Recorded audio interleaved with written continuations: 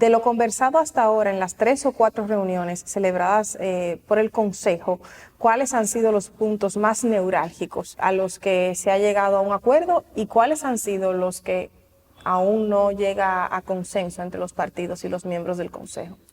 Lo primero que hay que señalar que en el marco del Consejo Económico y Social y este proceso de diálogo hay algunos límites que desde el principio estuvieron claros. Lo primero es llegar a acuerdos que sean y estén enmarcados de cara a las elecciones del 15 de marzo. Segundo, que los acuerdos tenían que ser en el marco de la ley. Y tercero, que los acuerdos en el marco del Consejo Económico y Social no son vinculantes, que los acuerdos se convierten en recomendaciones para realizárselo a las instancias responsables.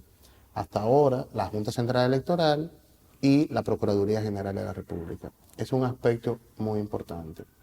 Hay que señalar dos niveles de acuerdo. Hay un nivel de acuerdo que ya los partidos, entiéndase el PRM y sus aliados y el PLD y sus aliados, ya estaban avanzando acuerdos en el marco de las elecciones del 15 y al interior de la propia Junta Central Electoral. Entiéndase, uno de ellos, la resolución relacionada con el cómputo y los escrutinios de los votos. Eso se llegó a consenso entre los partidos políticos y la Junta Central Electoral y el CES solamente sirvió para, en el marco de que se pueda conocer, que se pueda dilucidar. Y así, otra resolución que también fue aprobada por la Junta Central Electoral. Con relación a esos aspectos ya había importantes avances. Hay otros elementos que sí hubo momentos de diálogo, estuvo relacionado con las conformaciones de las juntas electorales.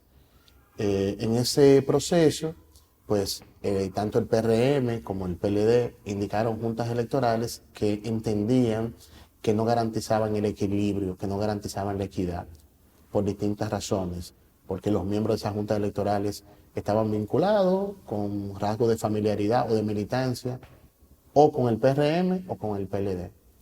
En el marco del diálogo, el PRM señaló de manera muy clara 8 juntas electorales en las cuales consideraba que no había equilibrio y el PLD señaló unas 4 juntas electorales que entendía que no había equilibrio. Y ahí se llegaron a 2 acuerdos fundamentales. Uno es que los 2 partidos iban a tener una reunión con la Junta Central Electoral para conocer caso por caso y identificar si era posible, si era oportuno y pertinente hacer una sustitución de esas personas sobre las cuales había algún tipo de conflicto de interés, de familiaridad o político partidario.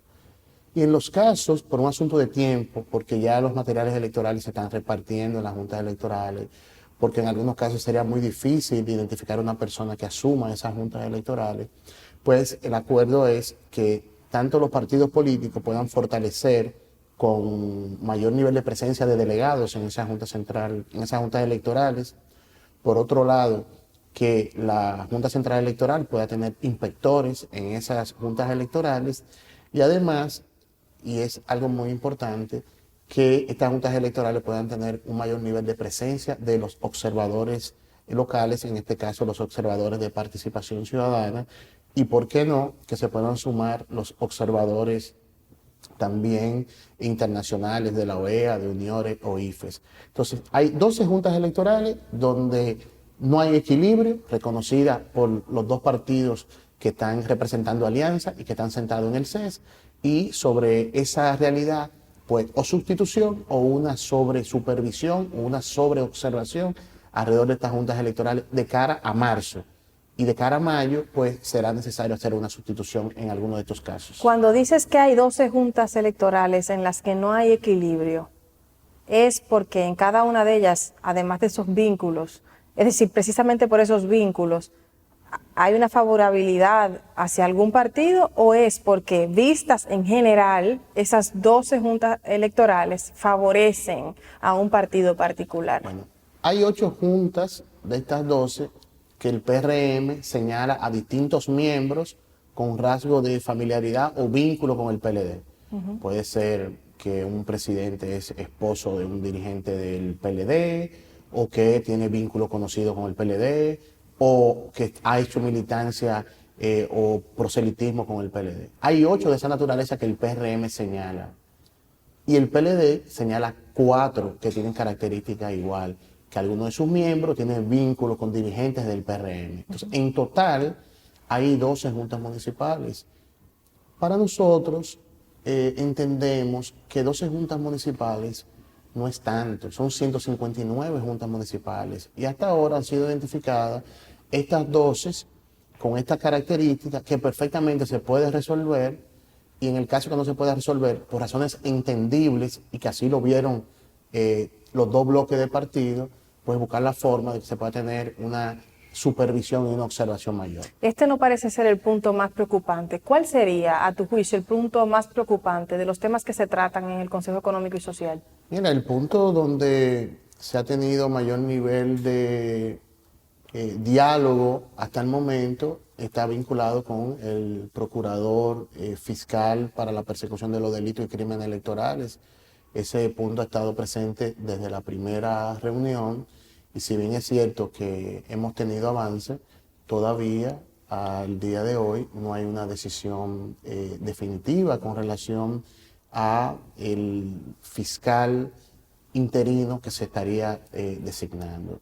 Y esto por muchas razones que han estado confluyendo en el diálogo. La primera que se puso de manifiesto de entrada era que es una atribución del Consejo Superior del Ministerio Público la designación del Procurador Fiscal Electoral.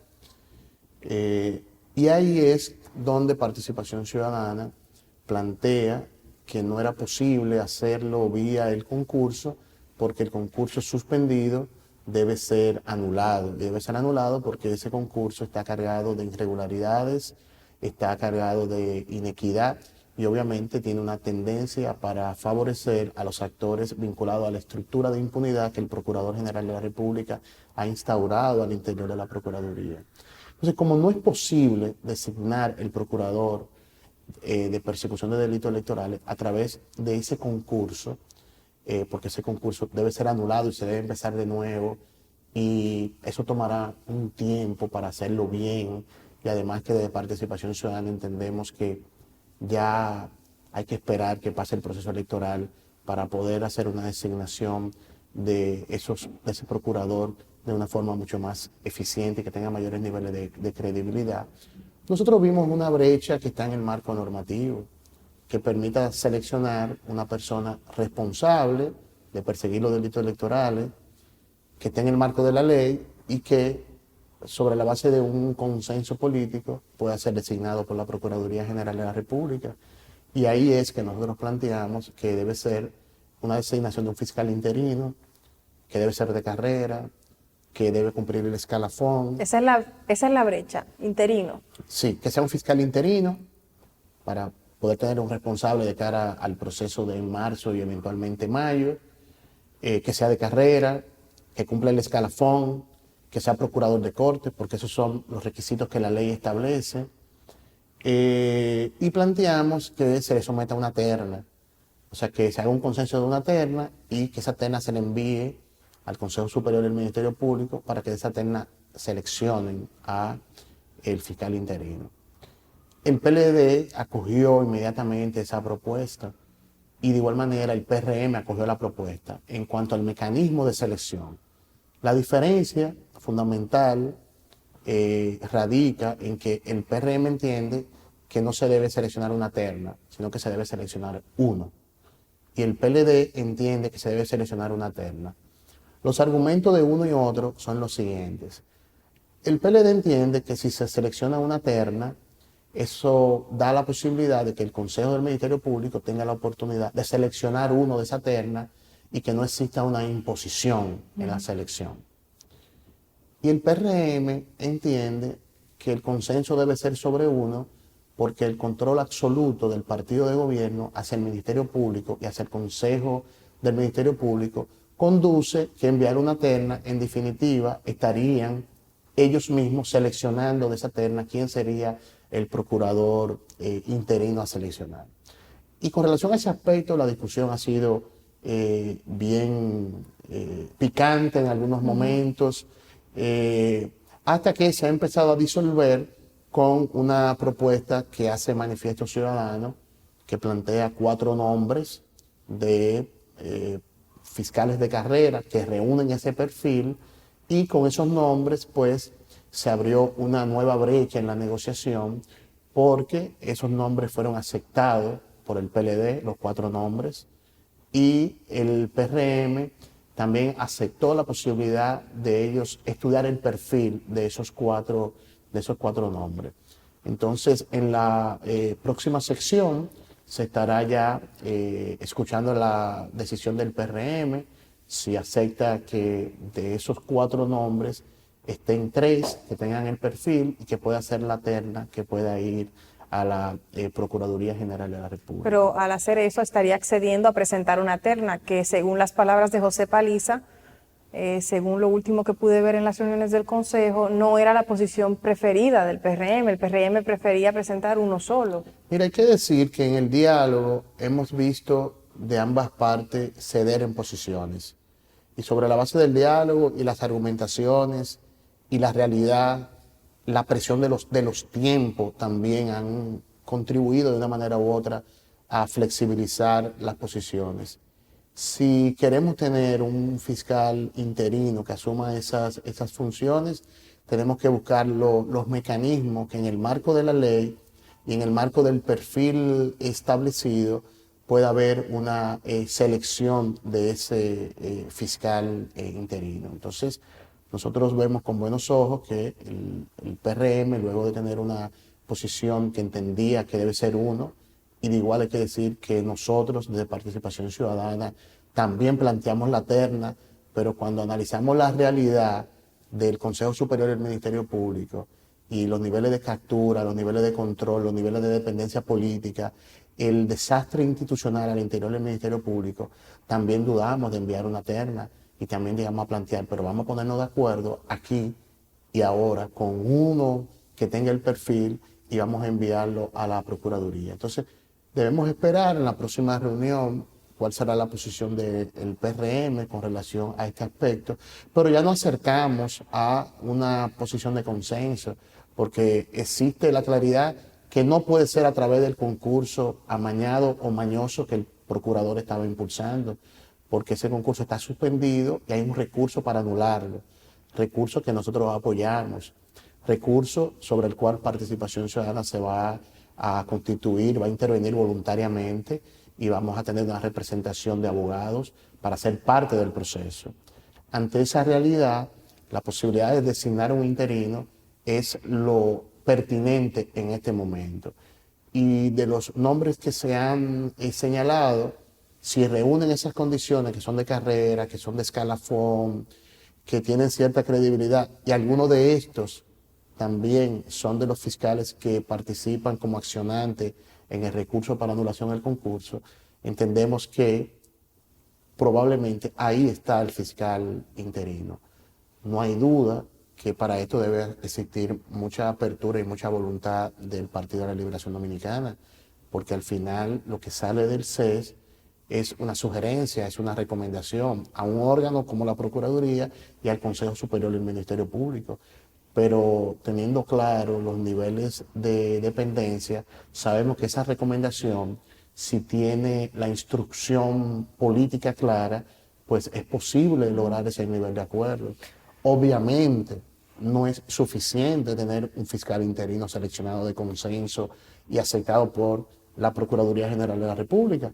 Después vienen otras etapas que serán fundamentales, como es el hecho de que ese fiscal interino puede ejercer sus funciones y su competencia, y para eso necesita presupuesto, para eso necesita un equipo, para eso necesita la sociedad apoyándole, porque por sí solo y bajo el andamiaje de control de la Procuraduría, probablemente va a tener un margen de actuación limitado o estricto.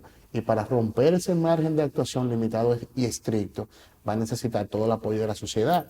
Y de ahí la importancia de que él o la fiscal que se pueda elegir de consenso también tenga esa credibilidad hacia la sociedad, para que la sociedad lo apoye y que él o ella dentro y nosotros fuera, logremos que nunca más los delitos y los crímenes electorales queden impunes en la República Dominicana. Pero debería preocuparnos el hecho de que el acuerdo al que se llegue sobre el procurador fiscal de crímenes y delitos electorales no vincule. Nos debería preocupar. ¿Existe la probabilidad de que el Consejo Superior del Ministerio Público no seleccione de la terna, por ejemplo, que se presente en consenso entre los partidos políticos? Mira, hay que señalar que desde el principio el Procurador General de la República ha mostrado resistencia a la designación de un procurador para la persecución de los delitos electorales. Lo primero que Jean Alain Rodríguez le dijo al país en 2019 era que no tenía presupuesto para eso. Después, cuando le dijimos, bueno, pero vamos a ir organizando el concurso y en el presupuesto del 2020 tú lo incluyes y esa persona en enero asume sus responsabilidades, en enero del 20. Después, él se inventó una teoría, porque él tiene una interpretación de la ley. Él ha acomodado la ley a sus intereses, a sus concesiones de control. O sea, el procurador interpretó la ley para tener el control de esa procuraduría. Y la interpretación que él tiene es que no se necesita un procurador especial, sino que lo que se necesita es un representante en cada una de las fiscalías del país que tenga un teléfono y que tome las llamadas, las denuncias de los delitos y crímenes electorales. Y obviamente ese diseño le permite a él tener el control, como lo tiene de la Procuraduría, porque tiene un andamiaje de control. Y nosotros hemos insistido que él no debe pelear con la ley, porque es la propia ley de régimen electoral que tiene un año de vigencia, que manda y que crea una Procuraduría especializada, que es lo que debió hacer hace mucho tiempo, hacer un concurso. Obviamente la presión de la sociedad lo llevó a incluir esa posición en el concurso que ha sido suspendido y que debe ser anulado, porque la sociedad demandaba la necesidad de esa Procuraduría. Pero hay que decir que la intención del procurador desde el inicio es que no tengamos esa Procuraduría especializada. Pero ahora tenemos una realidad, tenemos una crisis, tenemos una ciudadanía que está despierta, que está de pie, que está demandando, que está exigiendo, que de todos los procesos de reivindicación, la Procuraduría especializada es uno de los reclamos más sentidos de la sociedad dominicana y que 4 representantes del comité político del Partido de la Liberación Dominicana están sentados en esa mesa, que son los jefes políticos de Jean Alain Rodríguez. Y nosotros entendemos que lo que se acuerde ahí, sea una terna o sea un procurador fiscal interino, nosotros entendemos que Jean Alain tendrá que hacerlo cumplir. Como tuvo que cumplir el mandato presidencial de suspender el concurso, ante el clamor y ante la demanda de la ciudadanía. Entonces tenemos que combinar la institucionalidad que está establecida en la normativa, pero también cómo se ha desdibujado esa institucionalidad. Tenemos que tener claro cuál es la situación real que tenemos en este momento y cuáles son las medidas de excepción que se deben tomar. Y las medidas de excepción están vinculadas a una decisión política que respete el marco normativo y que permita que los dominicanos y las dominicanas puedan tener una persona identificada como responsable de perseguir los delitos y crímenes electorales, que no puede ser el Procurador General de la República. El Procurador General de la República no le debe poner la mano a nada que tenga que ver con delitos y crímenes electorales. Tanto así que las actuaciones perversas que intentaron hacer con el técnico de Claro y con el coronel de la escolta de Luis Abinader, pues desnudó para lo que es capaz el Procurador General de la República, para armarle trompo a la gente, como sucedía en este país en los 12 años de Balaguer. Entonces, nosotros tenemos que evitar que el procurador sea parte de eso. No puede, no le puede poner la mano. El Consejo Superior del Ministerio Público no le puede poner la mano, está dañado. Pero seguirán siendo los superiores jerárquicos directos de quien sea que ocupe la Procuraduría especializada en delitos electorales. Pero tiene una independencia y una autonomía de actuación y de investigación y en el orden jurisdiccional y participación ciudadana. Una de las razones por las cuales no sugirió nombres, pese a que se nos pidió nombres, es porque dentro de las instancias de observar sus funciones, sus actuaciones y su competencia, está la Procuraduría, y cuando se designe un fiscal interino, nosotros vamos a dar seguimiento a sus funciones, a sus actuaciones, y no estamos sugiriendo nombres precisamente porque eso no pudiera generar algún tipo de conflicto de interés, que sugerimos y después observamos sus actuaciones y después vamos a rendir informe. Preferimos hacer lo que hicimos, identificamos el camino, la vía normativa, cómo se podía hacer, y ahora esperamos que se designe uno con ese perfil y nosotros vamos a dar seguimiento a sus actuaciones y le vamos a informar al país si se le asignó presupuesto, si no se le asignó, si esa persona tiene equipos, si esa persona tiene recursos para actuar. Eso es un punto importante porque una forma, es triste usar esta palabra, pero inteligente, de decir sí, no hay problema y acceder a este consenso por parte del Consejo Superior del Ministerio Público y decirle, nombramos a la persona que los partidos han decidido, es luego decirle, ahora no tiene presupuesto, no tiene equipo, que vaya a ver cómo realiza el trabajo. Esa forma, eso también es una forma, ¿no?, de secuestrar esa parte. El procurador la ha practicado muy bien. El actual Procurador General de la República ha practicado todos los mecanismos de control de las actuaciones, funciones y competencias de los miembros del Ministerio Público y ha generado adeptos, ha cooptado dóciles y serviles y ha generado también un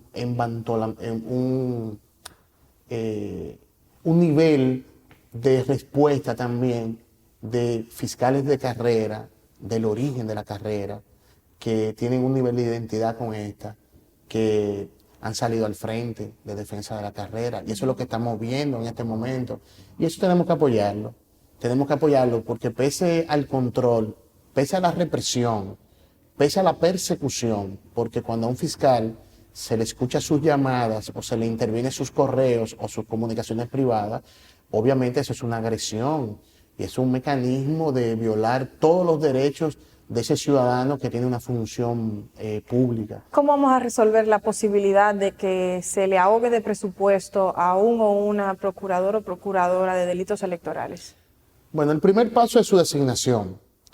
El segundo es seguir demandando que pueda tener la estructura, los recursos técnicos, humanos y económicos para poder desarrollar sus funciones y sus actuaciones.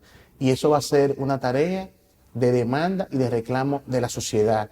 Porque si hoy estamos hablando de la posibilidad de tener un interino, ha sido por la constante presión de la sociedad. Porque la intención original es que no se persigan los delitos y crímenes electorales, que continúe el reino de impunidad.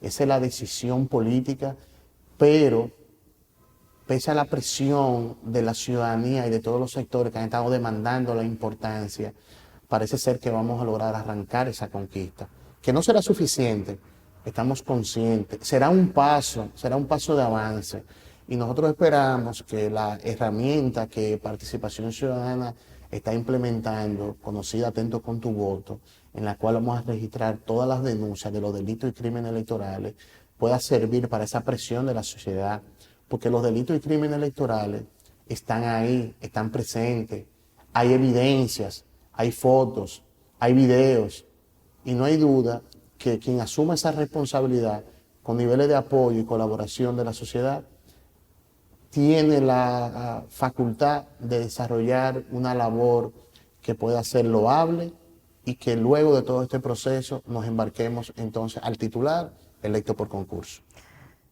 Por último, Carlos, ¿cuáles son las visiones de cara a las elecciones del domingo de Participación Ciudadana? Los puntos que más le preocupan, asumiendo que en efecto se llegue a un acuerdo con el procurador fiscal, que los temas de los que se conversa en el CES lleguen a un consenso por parte de los partidos en la línea en la que se ha conversado y demás. ¿Cuáles serían, reitero, las preocupaciones de cara a las elecciones y cuáles serían los puntos de tranquilidad que han resultado del diálogo y de la movilización social de las últimas semanas? Bueno, lo primero que hay que señalar es que el proceso del domingo 15 va con un órgano electoral que no tiene credibilidad, confianza y legitimidad. que se mantiene ahí porque políticamente era lo menos malo que podía pasar. No hay duda que el proceso de escrutinio y cómputo será complejo, será difícil, va a requerir tiempo, no va a ser rápido, va a requerir paciencia, va a requerir muchos ojos observando, viendo, para que se puedan contar cada voto. Sin la presión del tiempo, pero por lo menos que lo que se cuente sea veraz, que sea confiable y que eso mismo sea lo que se transmite. Porque hay que decir que el procedimiento de escrutinio y cómputo tiene distintos pasos que lo hacen muy difícil. Desde el escrutinio en el colegio, con los cuadernillos, el levantamiento del acta, plastificar el acta, dirigirse al centro de escaneo del acta plastificada. Esa acta se va a transmitir a la Junta Central Electoral y a la Junta Electoral del municipio, a la Junta Central Electoral, y esta lo va a transmitir inmediatamente a la Junta Electoral. Posterior a eso, la Junta Central Electoral va a remitir a las juntas electorales el acta para un reconocimiento inteligente. Ahí van a haber unos digitadores, más bien unos verificadores del acta que enviaron y del acta que la Junta está enviando, con códigos sin identificación de los partidos, y ahí se va a verificar, y cuando se hace la verificación es que se va a tramitar a la Junta Central Electoral. Ese proceso es poco comprensible, es difícil. Parece casi como el proceso de una licitación, tapando las identidades, marcando los puntos sin determinar quién exactamente sacó cuánto para evitar manipulación, un poco como así. Así es. Lo que más nos preocupa es que el procedimiento tiene distintos momentos y que hay que estar atento a cada uno de los momentos. Por eso, Participación va a tener 2.600 observadores. Vamos a tener una observación itinerante. El observador itinerante o la observadora itinerante se desplaza de un colegio a otro, visita alrededor de 5 colegios electorales, observa lo que pasa en los alrededores de los recintos, en las calles aledañas. Vamos a tener observadores fijos de local. Ese observador no se va a mover nunca desde la mañana. No solo itinerantes. No, esos son de local fijo, esos no se mueven del local. Vamos a tener un observador en las 159 juntas electorales que van a estar ahí desde las 4 de la tarde hasta que se cuente el último voto. Y nuestros observadores están preparados, están orientados para estar presentes, prestar sus ojos, sus manos, su voluntad de contribuir con la democracia. Van a estar desde las 7 de la mañana hasta que se esté contando y hasta que se transmitan todos los votos. Y el Centro de Operaciones de Participación Ciudadana tiene el compromiso, todos los voluntarios que vamos a estar ahí, que mientras tengamos un observador en un colegio, en un recinto o en una junta electoral, vamos a estar esperando esa llamada, vamos a estar esperando esa información y vamos a estar atentos para poder comunicar posteriormente al país qué vimos y cuál es nuestra valoración del proceso electoral en curso. Carlos, cerremos diciéndole a la ciudadanía cómo puede, como dice Participación Ciudadana, estar verdaderamente atento con el voto. Todos y todas debemos hacer nuestra parte en este momento. Y nosotros hemos identificado 3 acciones fundamentales. La primera es votar. Debemos votar de manera masiva y consciente. Ejercer ese derecho es fundamental. El mayor rechazo que podemos hacer a las elecciones suspendidas es volcar las urnas en voto. Que quede muy claro que nunca más en este país se pueden suspender unas elecciones y que los dominicanos y las dominicanas queremos votar. Y por eso las urnas se deben llenar de votos y de votos de conciencia. Lo tercero es exigir. Tenemos que seguir exigiendo de cara a marzo y de cara a mayo. Y la exigencia es que el órgano electoral cumpla la ley, cumpla la Constitución, cumpla la ley de partido, cumpla la ley de régimen electoral, cumpla todas las resoluciones que ha emitido.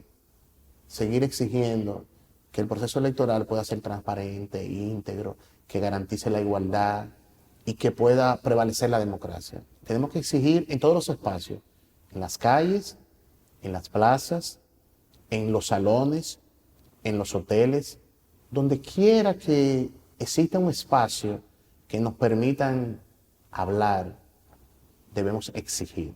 En todos los espacios que podamos, debemos seguir exigiendo. Y las calles están ahí para seguir exigiendo. Y lo tercero, que es muy importante, es observar el proceso. Sea a través de la red de observación de participación ciudadana, o sea a través de Atento con tu Voto, atentocontuvoto.org, o a través de otras plataformas, pero observemos, denunciemos lo que vemos, las irregularidades, los delitos, los crímenes, no nos callemos. Tenemos que prestar nuestros ojos para que todos y todas podamos tener una comprensión de qué pasó durante el proceso. Nos parece que bajo esos tres verbos de exigir, votar y observar, la ciudadanía puede jugar un rol activo en este proceso y de cara a mayo. Gracias, Carlos, no solo por la entrevista, sino también por el trabajo que haces a favor de la ley y del lado correcto de la historia en esta y en muchos otros momentos. Muchas gracias.